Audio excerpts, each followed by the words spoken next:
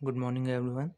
Today we will study chapter number 10 Motion and Measurement of Distances.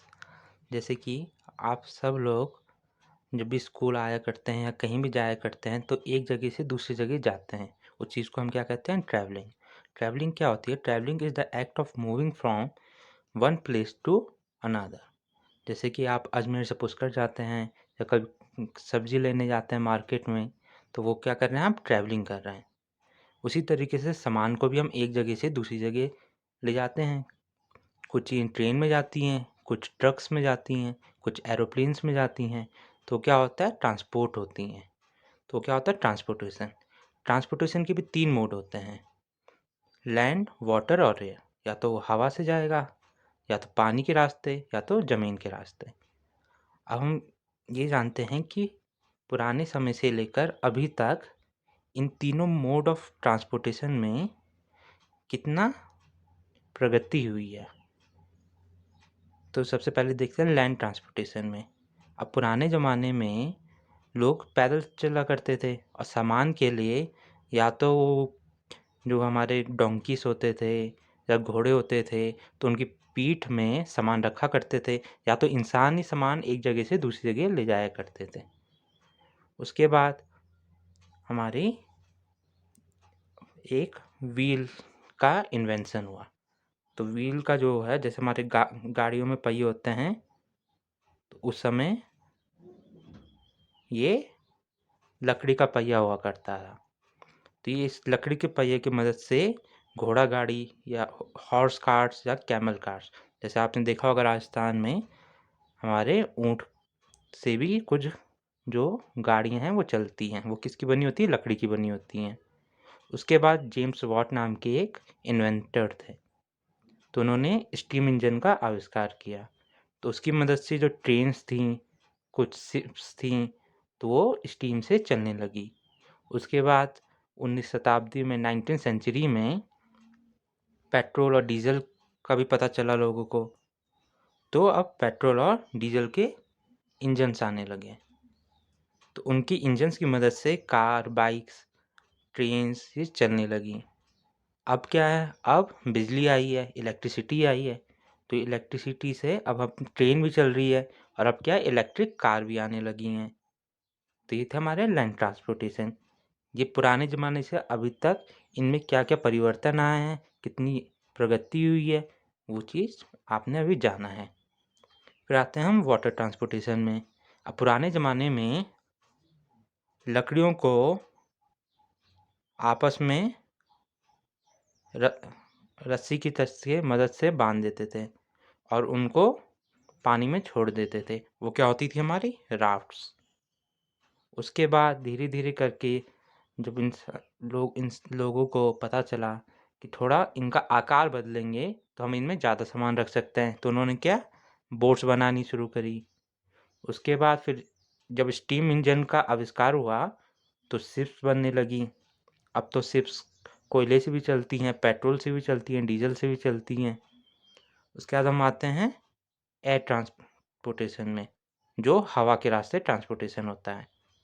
तो Wright brothers थे, तो उन्होंने किसका आविष्कार किया था? एक एरोप्लेन का आविष्कार किया था। तो पहले ऐसे इंसान थे जिन्होंने हवाई यात्रा की थी। तो सबसे पहले राइट ब्रदर्स ने फ्लाइंग मशीन बनाई जो उड़ सकी। उसके बाद एरोप्लेन्स बने, फिर हेलीकॉप्टर्स, और अब तो रॉकेट्स भी हैं जिनसे हम चाँद में जा सकते हैं। फिर अब आप देखेंगे, ये तो हो गया हम कैसे एक जगह से दूसरी जगह जा रहे हैं। अब आप एक जगह से दूसरी जगह जा तो रहे हैं, मतलब आप एक पॉइंट से लेकर दूसरे पॉइंट में जा रहे हैं, लेकिन कैसे जा रहे हैं? इनके बीच में कोई रास्ता तो है? अब ऐसे तो नहीं है कि आप यहाँ से उठा और सीधा यहाँ कूद गए। अब आप कोई किसी न किसी रास्ते से जाएँगे। चाहे आप हवा के रास्ते जाएँ, चाहे आप पानी के रास्ते जाएँ, चाहे आप ज़मीन के रास्ते जाएँ, लेकिन कोई ना कोई रास्ता तो होगा ही। तो जो ये रास्ता है, तब ये रास्ता वैसे तो है नहीं कि आप क्या बोलोगे कि ए और बी बस दूर हैं या एकदम पास हैं। कितने दूर हैं, कितने पास हैं, ये भी तो पता होना चाहिए हमें। तो वो कितनी दूरी है उसको हम क्या कहते हैं, डिस्टेंस। डिस्टेंस क्या होता है, जितना भी आपने ये रास्ता तय किया है इसके जो लेंथ होती है उसको क्या कहते हैं हम, distance. Distance is the length of the path covered between two points. दो पॉइंट्स है ए बी, इनके बीच में आपने जितना भी रास्ता तय किया है ये क्या हो जाएगी, इसकी लेंथ हो जाएगी।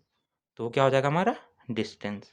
अब डिस्टेंस जिस रास्ते में आप चले हैं, चाहे वो जैसे आप अजमेर से पुष्कर जाते हैं तो आप वहाँ पर कितनी घुमाव आते हैं, इतनी मोड़ें आती हैं, तो वो पूरा रास्ता जो आपने नापा है, जितना आपकी बस या आपकी कार या आपकी बाइक स्कूटी जिससे भी आप गए हैं, जितना रास्ता उसने नापा है वो क्या हो जाएगा आपका डिस्टेंस।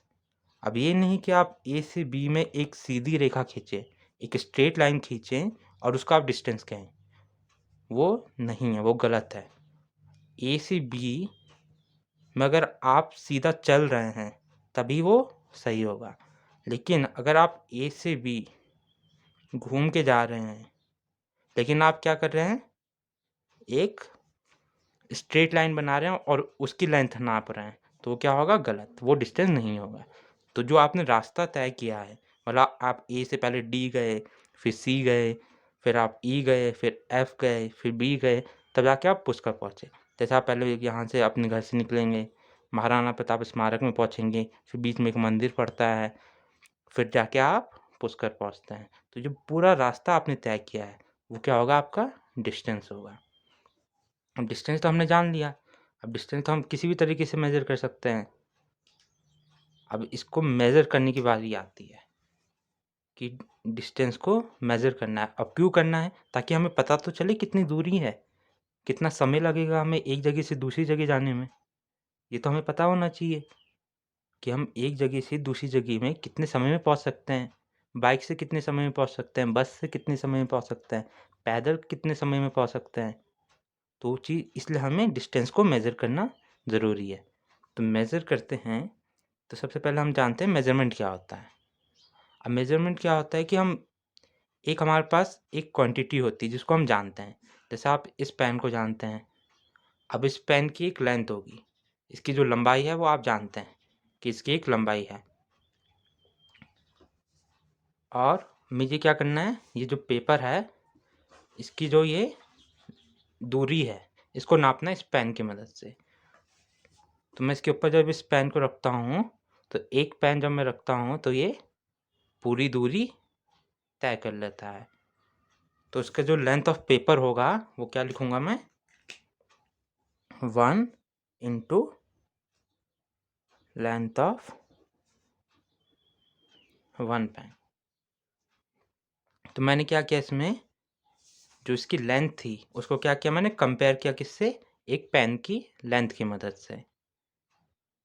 तो मेजरमेंट क्या है, it is the comparison of an unknown quantity. ये अननोन क्वांटिटी थी क्योंकि हम इसका पता नहीं था इसकी लेंथ कितनी है, विद द नोन क्वांटिटी। अब पेन की लेंथ तो हमें पता है, हमने इसको एक लेंथ ऑफ 1 पेन मान लिया है कि एक पेन की लेंथ इतनी है, तो ये हमें पता है। तो ये क्या हो जाएगा, हमारी नोन क्वांटिटी। जो ये फिक्स क्वांटिटी होती है इसको हम कहते हैं यूनिट ऑफ मेजरमेंट। तो मेजरमेंट में हमारे क्या होते हैं, दो पार्ट होता है। एक तो नंबर होता है, ये क्या हो गया हमारा नंबर, और दूसरा क्या हो गया हमारा यूनिट, यूनिट ऑफ मेजरमेंट, जिससे हम मेजर कर रहे हैं। तो जैसे कि लेंथ ऑफ पेपर माना मैंने 1 इंटू लेंथ ऑफ 1 पेन। अब इसी को मैं अगर एक माचिस की तीली की मदद से मैं नापता हूँ तो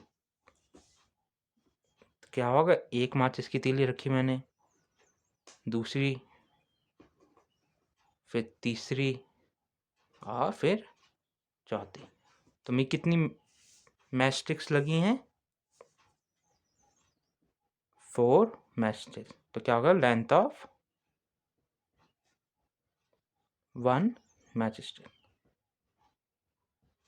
तो ये क्या, हमने क्या किया, इसका मेजरमेंट किया। किसका किया, लेंथ का, मतलब डिस्टेंस का हमने मेजरमेंट किया। तो आज के लिए इतना ही है, आगे हम अगली क्लास में पढ़ेंगे। तो आपको सिर्फ आपका असाइनमेंट ये रहेगा कि आपको ये जानना है कि आपकी जो नाना नानी, दादी दादा, मम्मी पापा ये कैसे एक जगह से दूसरी जगह जाया करते थे जब ये छोटे थे। Thank you.